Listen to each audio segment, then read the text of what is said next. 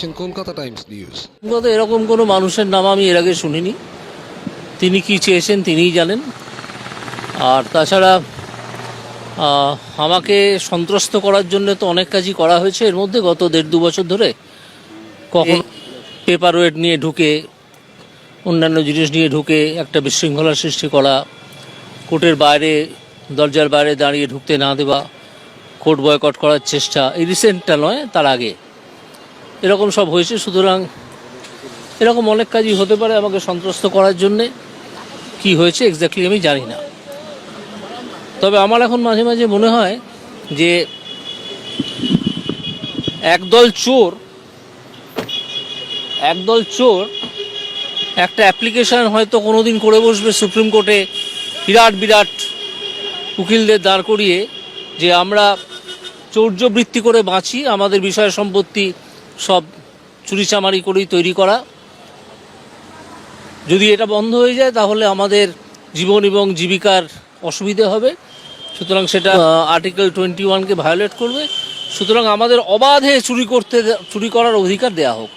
এইরকম পিটিশন যদি হঠাৎ করে হয়ে যায়, একদল চোর যদি করে, এখানেই হোক বা সুপ্রিম কোর্টেই হোক, তাহলে আমি আশ্চর্য হব না, প্রথম কথা। দ্বিতীয় কথা, কদিন ধরে আমার যেটা মনে হচ্ছে, আপনারা যখন আমাকে জিজ্ঞেসই করছেন যে একজন নেতা অভিষেক বন্দ্যোপাধ্যায়, তার এত সম্পত্তি কোথা থেকে আসে? তিনি কি একটা এফিডেভিট অফ অ্যাসেটস দিয়ে ডিক্লেয়ার করবেন? এফিডেভিট তৈরি করে সোশ্যাল মিডিয়াতে কি পোস্ট করবেন যে তার এফিডেভিট অ্যাসেটস কত? সেটা করতে পারবেন?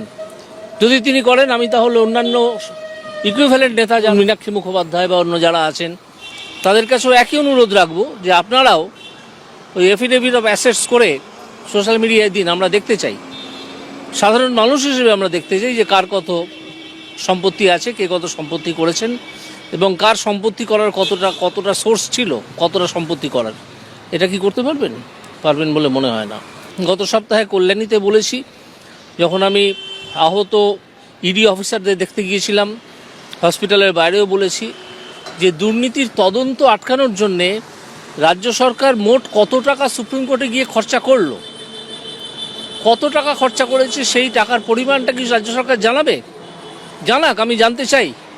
তা না হলে আমি অন্যভাবে জানতে চাইব, অফিসিয়ালি। আজকে আমি আপনাদের মধ্য দিয়ে জানতে চাইছি, আগের দিনও চেয়েছি, এরপর অফিসিয়ালি জানতে চাইব যে মোট কত টাকা খরচা করা হয়েছে দুর্নীতিকে আটকানোর জন্যে বিভিন্ন মামলা মোকদ্দমা করে।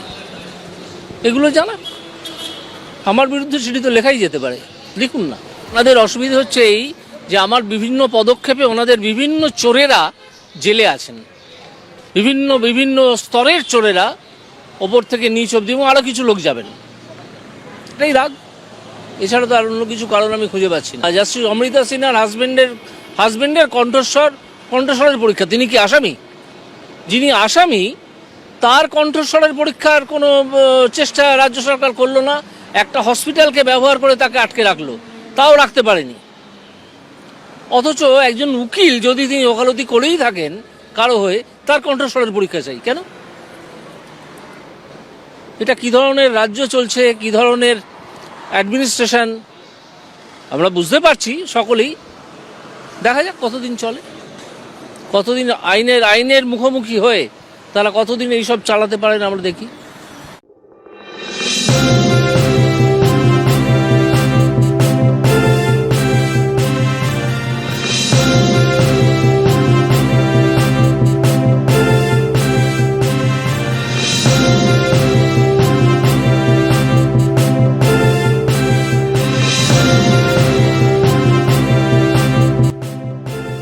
আপনারা দেখছেন কলকাতা টাইমস নিউজ।